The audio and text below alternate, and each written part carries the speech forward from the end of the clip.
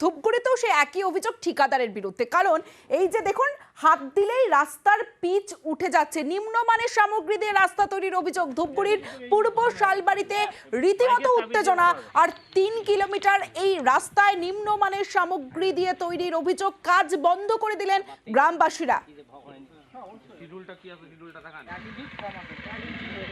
রাস্তাটা সঠিকভাবে হচ্ছে না, কোটি টাকার কাজ, শুধু খালি এক লেয়ার দিয়ে গেছে, তারপর আর কোনো লেয়ার দেয়নি। আমাদের শিডিউল দেখার জন্য অনেকবার বলেছি, কিন্তু শিডিউল আর দেখায়নি। একদম বাজে প্রক্রিয়ার কাজ হচ্ছে, ধুলার উপরে পিচ ঢালতেছে। ওটা দায়িত্ব নিয়েছিল এই এলাকার পঞ্চায়েত, তারপরে পঞ্চায়েত নেওয়ার পরেও তো পঞ্চায়েত সঠিকভাবে কাজটা দেখতেছে না। নিম্নমানের কাজ হচ্ছে, ধুলার উপরে পিচ ঢালাই হচ্ছে, ম্যানেজার যা বলছে তাই কাজ করছে। 3 কোয়ালিটি পাথর দেওয়ার কথা ছিল, সেটা হয় নাই। এখানে সরকারের টাকা অপচয় হয়ে যাচ্ছে, অর্ধেক টাকারও বেশি হাওয়া হয়ে যাচ্ছে। হ্যাঁ, কাটমানি গল্প আছে, অবশ্যই আছে। পঞ্চায়েতের মদতে এইরকম রাস্তার কাজ হচ্ছে, যেখানে 3 লেয়ার মাল দেওয়ার কথা ছিল। প্রথমে তো ফার্স্ট বক্স কাটিং এর একটা ব্যাপার থাকে, বক্স কাটিং তো হয়নি। একটা বেড মিশালে দেওয়ার কথা ছিল, ওটাও দেওয়া হয়নি।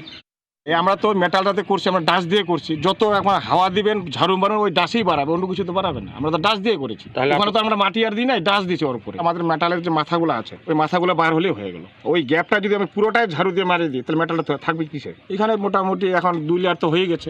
কোথায় 2 লেয়ার?